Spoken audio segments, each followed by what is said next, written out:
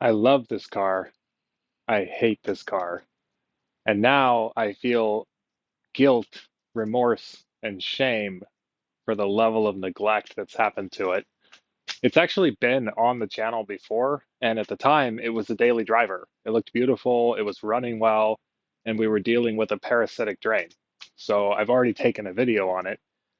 And after the parasitic drain, the air shock in it quit, and it sat with the whole body of the car on top of the wheels for a while until I finally got up the nerve to order that part and put the air shock in it. And 2 days later, I went to drive it and the transmission started slipping and I parked it. I just barely got it back into the driveway at that time. And that was now a couple of years ago. I could check the tabs on this to see how long it's actually been sitting. And in the couple of years that it was parked, water infiltrated into the interior and the whole thing molded. So it's a complete wreck. And I feel like just pushing it off a cliff sometimes, but it's actually a good car. And I just need to clean it up, show it some love, and figure out what the next steps are on it. Right now, its battery, which is brand spanking new 2 years ago and sat out here for a year, is on the trickle charger, and I think it's charged up. I want to get that jammed back in here and get it fired back up. And I want to uncover it, start cleaning it on the exterior and the interior, and getting ready for bringing this car back around. All right, enough said. Let's get this uncovered and take a look at the damage.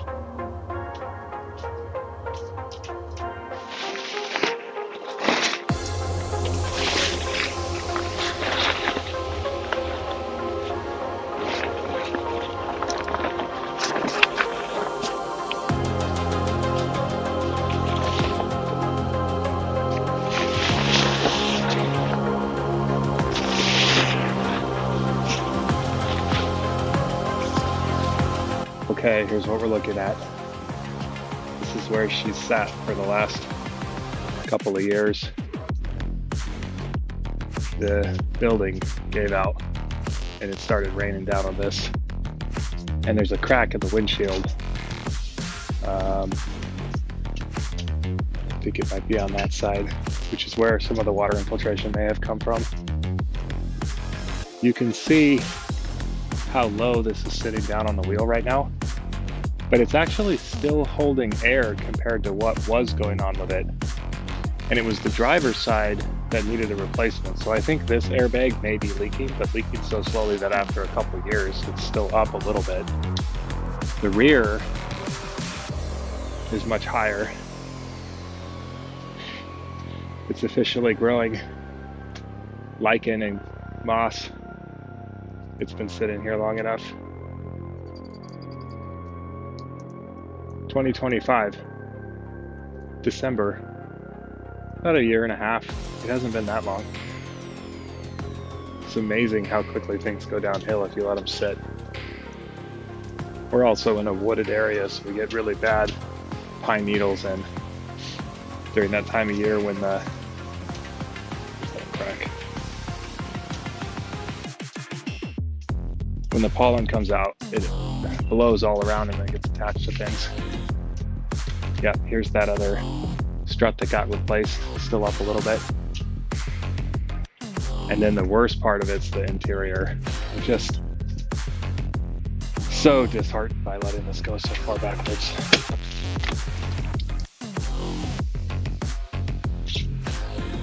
You can see on the steering wheel, there's like a 1/4 inch of mold. It smells terrible in here. And it continues all over the vehicle. It's even up on the headliner, all down the door jamb. It's really bad, but it's fixable. So we'll get to this part when we're feeling inspired. So the first thing I'm going to do is throw the battery in it and see if we're at least able to turn it over. Go from there. If it's not turning over, the first step's going to be potentially just pressure wash it. Try to get the good feels going again. And then we'll start tackling interior after that.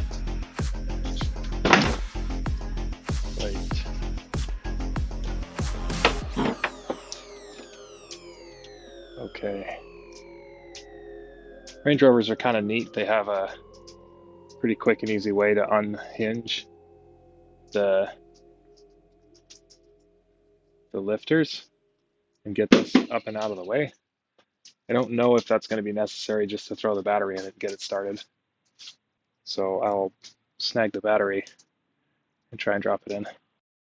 Battery's been hiding in the garage for the past year. I've had it on the trickle charger.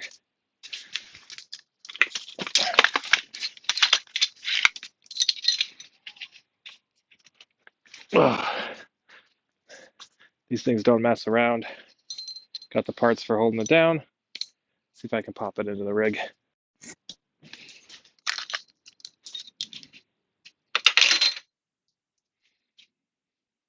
Okay. Wow. Epic spiderage in here.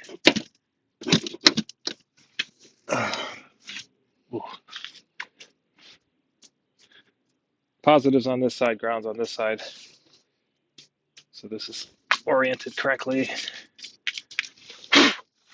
The wires are kind of in the way, so if I remember correctly, best to sort of slip this in as it goes.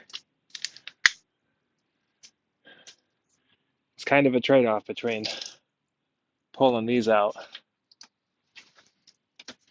That's pretty easy. Pop that one off. Okay, up we go. Aha. Stuff's falling off on me. Oh, and a whole nother panel's coming down. Cool. Let's just bring it down. All right. This needs something to hold it while I put the battery in, so I'm going to drop it down. Stay.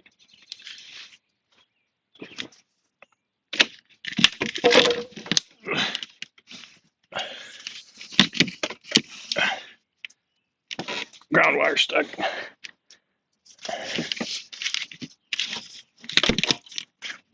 Come on. Oh boy. Easy peasy.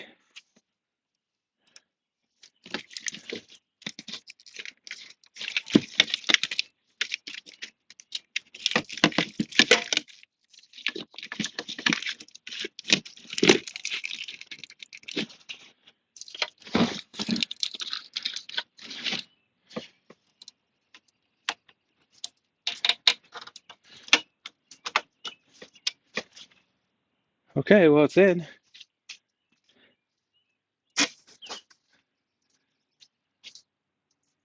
I'll snug up the leads quick and see if we've got juice at the starter. Okay, it is a 10.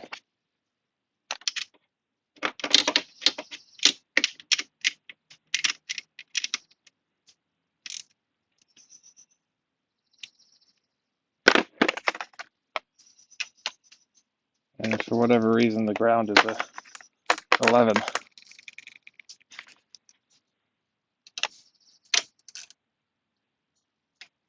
Well, I'm seeing dome lightage. Gonna hit this for the first time in 2 years and see if we got any action. Ding, ding. Supporting research to improve the lives of young people. Still got radio. Oh, it's gross. Okay. I'm gonna hit it one more time to make sure the fuel pump primes. Here we go.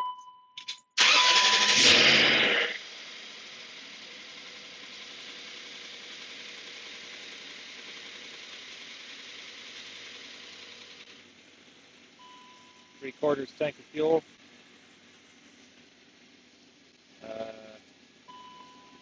1,300 RPMs. Obviously it's cold.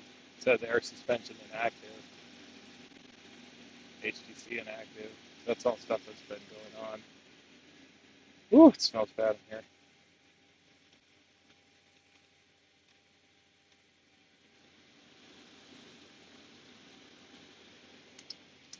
Maximum heat.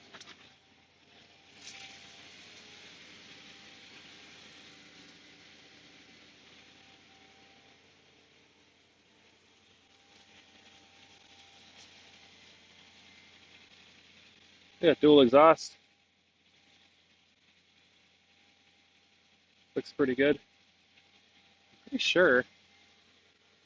Man,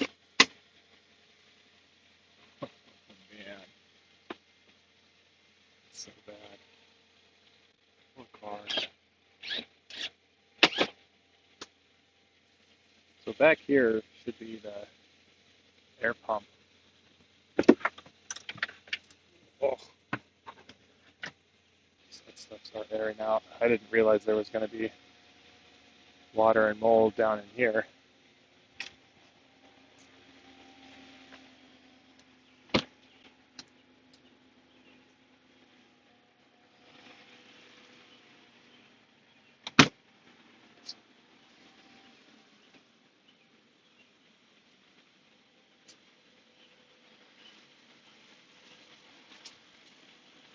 There we go.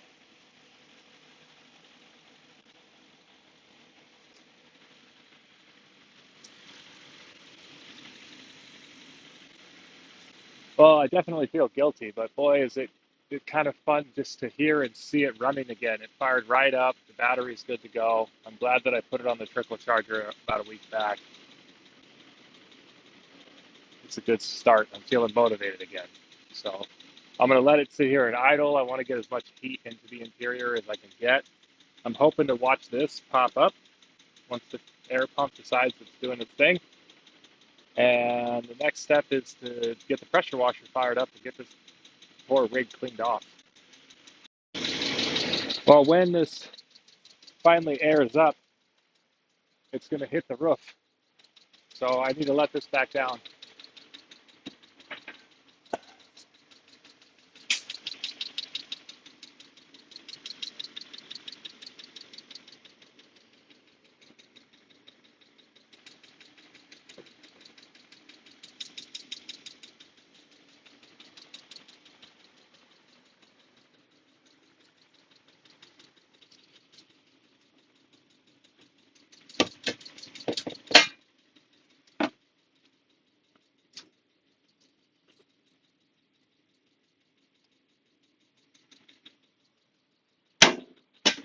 It's covered in spiders. They're all making their way down as it's shaking and heating up.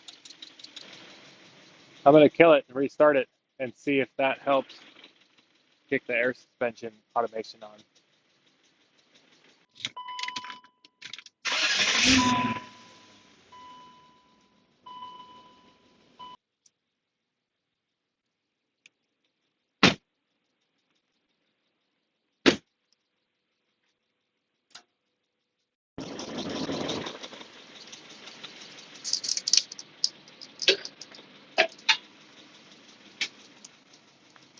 Need to run to the hardware store and get a hose for this pressure washer.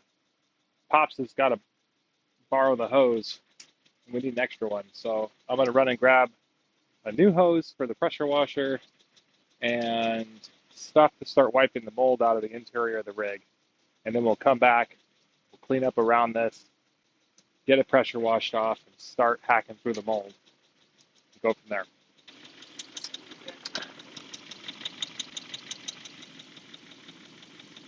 14.14, 12, 17, 16.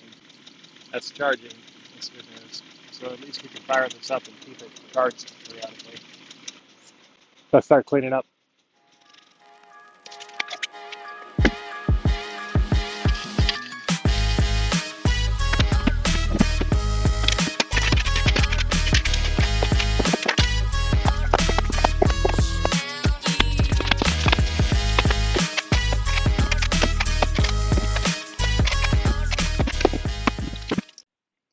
Oh, we're back with goodies.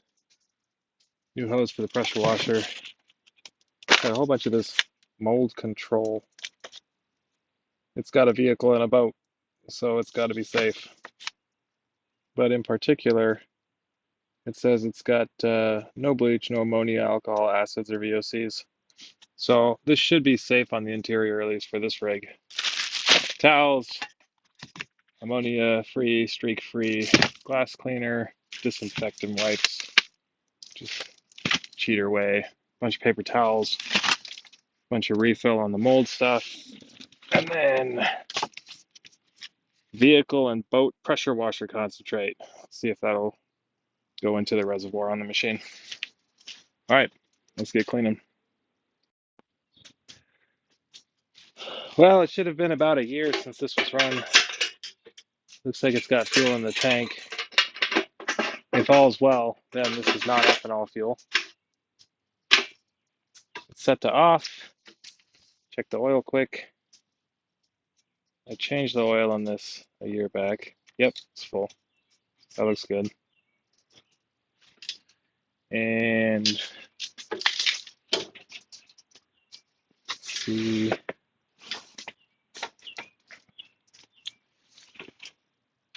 Oh,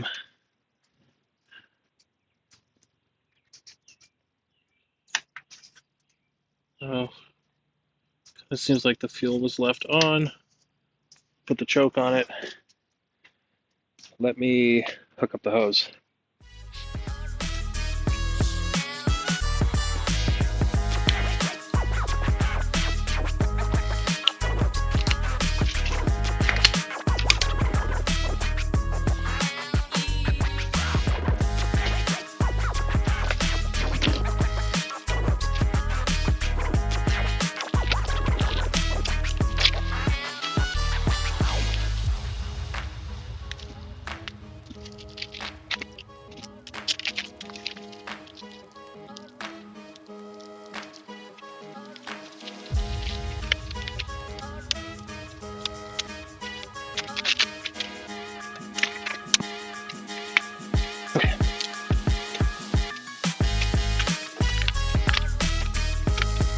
Here comes water.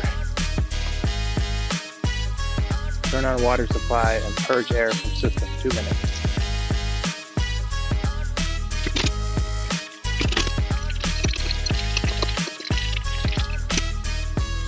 Crank on this to see what we're getting.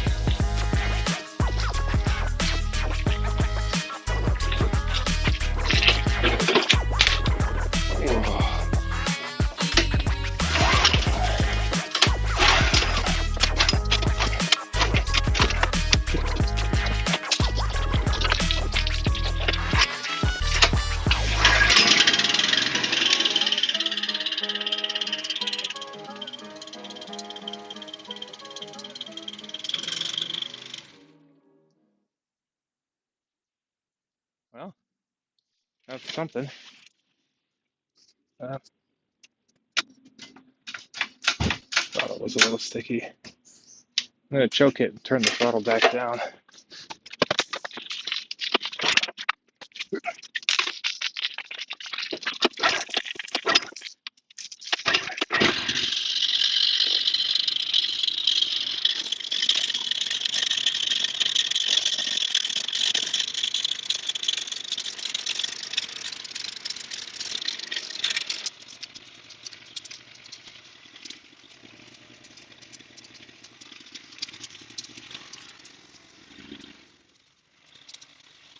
All right, pressure wash is warming up. Looks like we didn't put it away properly, which makes me a little bit sad, but fired right back up. Seems to be running pretty smooth. Soak for a minute. We'll get a new tank of fuel in it after we're done cleaning on this. But I'll take this opportunity while we've got low pressure water and start to hose this thing down. I don't see a foam reservoir on this, which I thought it had.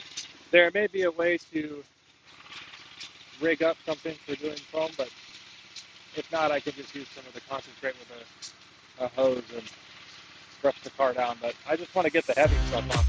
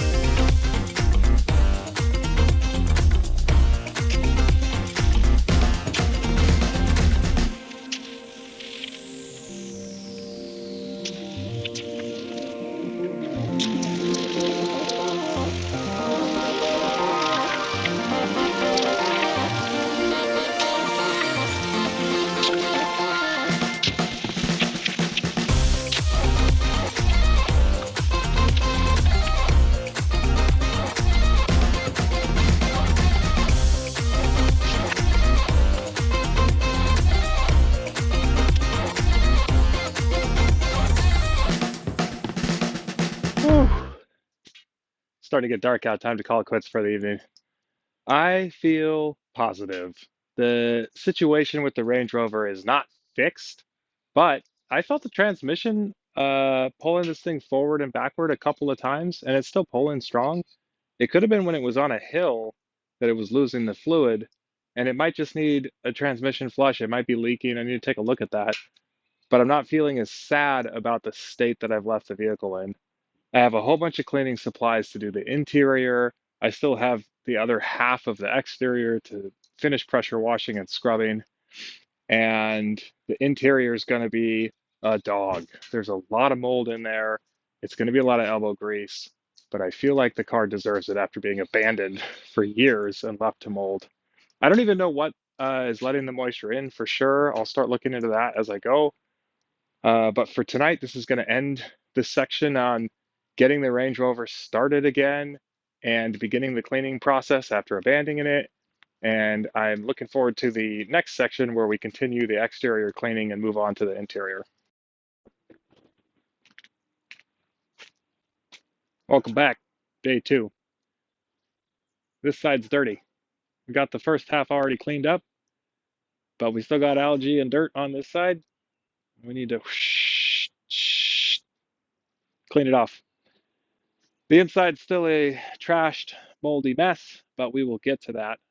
But tonight, with the little bit of daylight that we have left, I'd like to finish the exterior cleanup and we'll peek inside and see where we're at.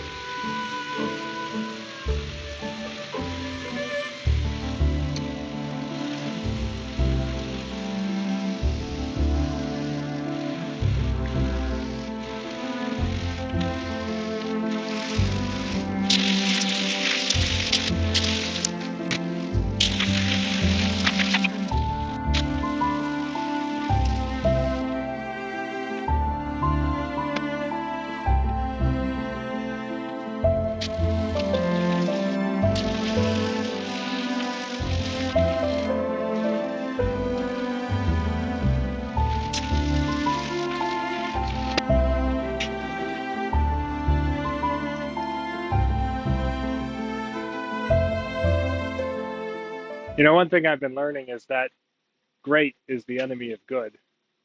And as I've been watching other people fixing on old cars and broken junk, it dawns on me that it doesn't need to be perfect. It just needs to work as well as it needs to work for the project that I'm trying to do or what I'm trying to get out of the vehicle.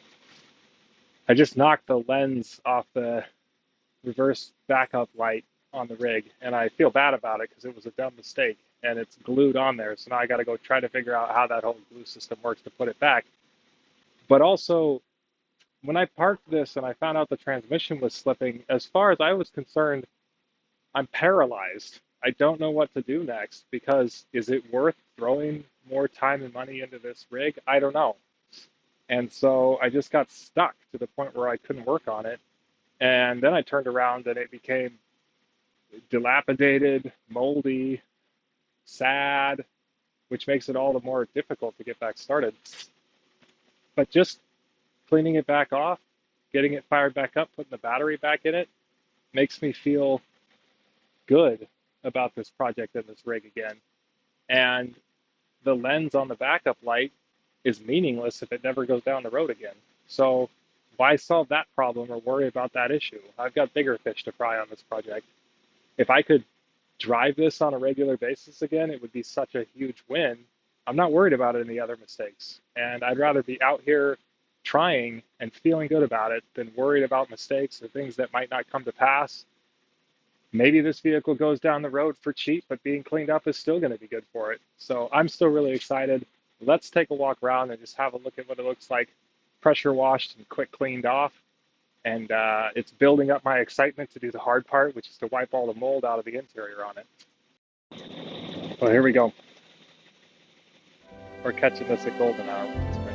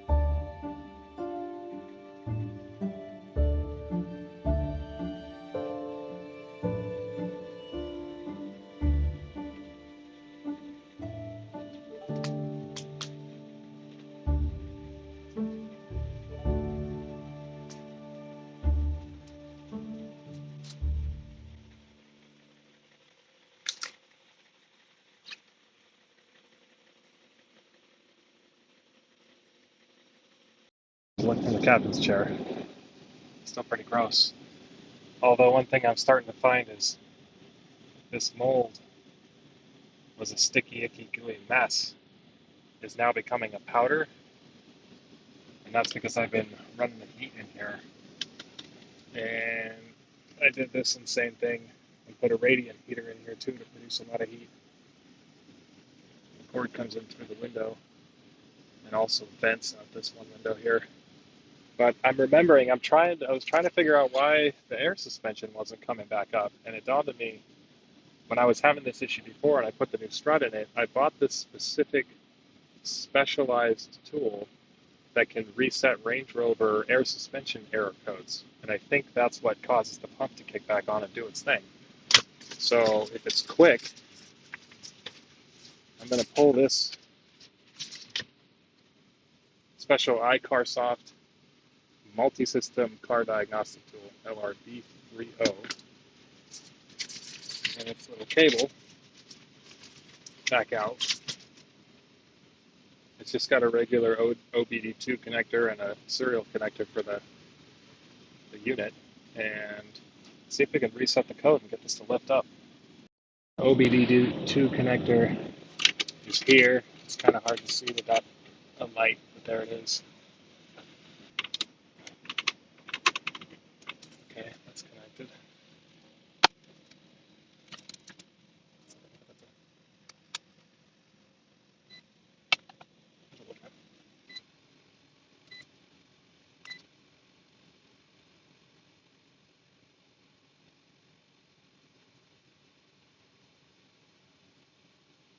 Aha, air suspension.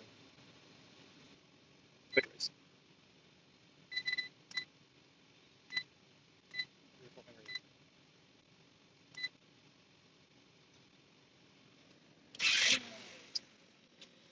Okay, go down this.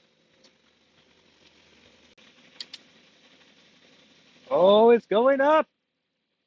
Look at it go. Ha! Beautiful. Oh my God, that feels awesome. This is the side that got the new air strap too. That was it. Okay. So I needed to clear the code for the air suspension to come back. Oh, look at this gnarly wolf spider climbing on here. What's up, feller? Yeah, that's a horror story. You don't like it when the air suspension runs, do you, buddy? Wow. You get to be a part of the story now. You do. Thank you for that. Oh, wow. It just feels like great success to be standing here next to the Range Rover cleaned up, remembering that I have to clear the codes and watching the air suspension pop back up. And like I said, this thing moves. I'll give you guys a sneak peek.